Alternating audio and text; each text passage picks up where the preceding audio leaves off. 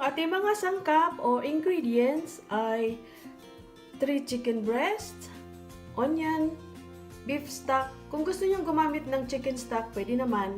Gagamit syempre tayo ng oil at meron ako ditong butter, thyme, salt, black pepper powder, all-purpose flour, garlic, at saka cheese.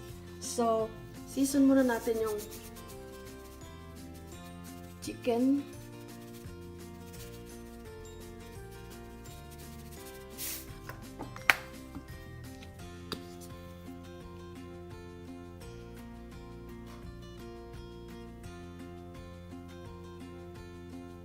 Huwag niyong tipirin mga manay kung gusto niya ng maraming black pepper, pwede naman. Walang nagbabawal. At saka thyme. Alright, mainit na yung mantika. Ilagay natin yung manok. Ayan.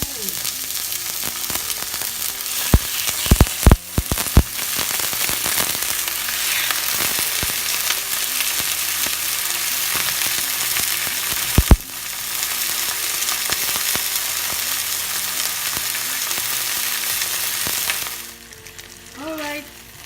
Niluto ko siya mga manay ng 3 minutes both side.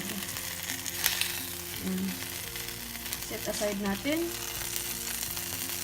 Ngayon, lagay natin yung butter.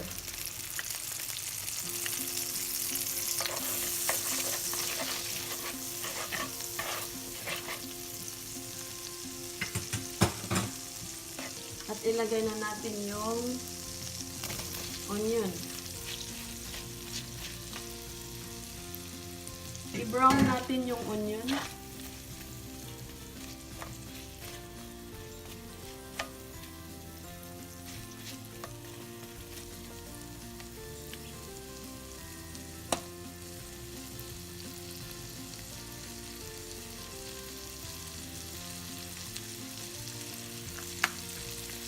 Salt.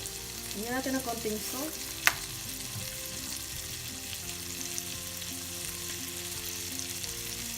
Black pepper ulit.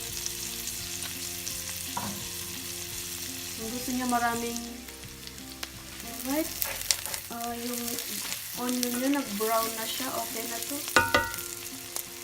Ilagay natin yung flour.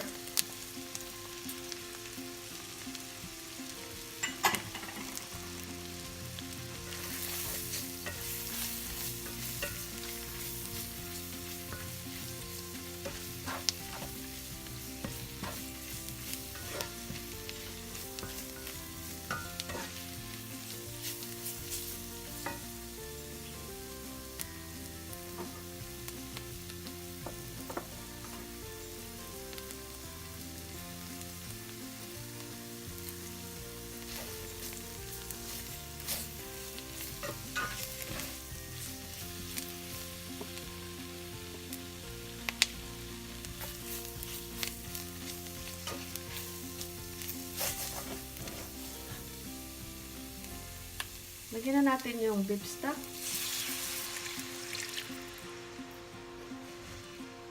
Like I said, if you like to use chicken stock, it's okay.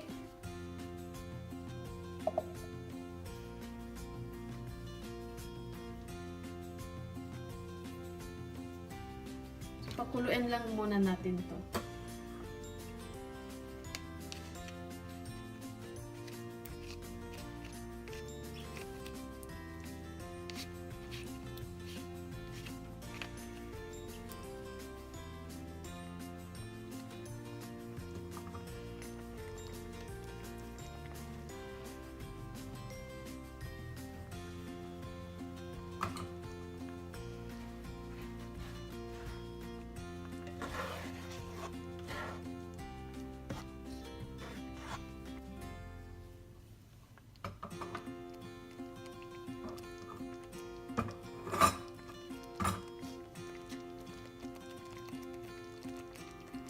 So, ayan mga manay, kung nakikita nyo, kumukulo na siya.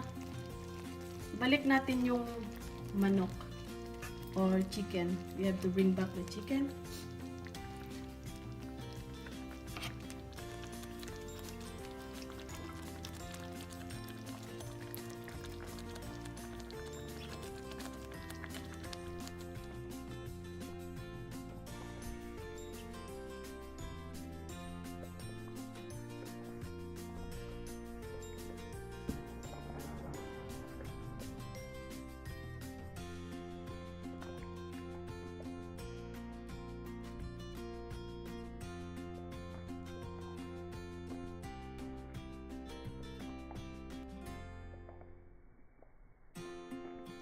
Alright, 20 minutes, it's done. Ooh, nice. So creamy. So yum.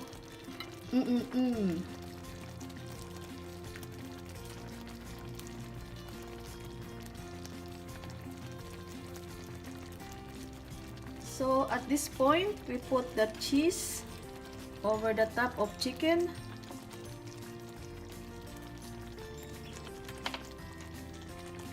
Kill the heat. It's done. Thank you for watching. Sana try nyo mga manay.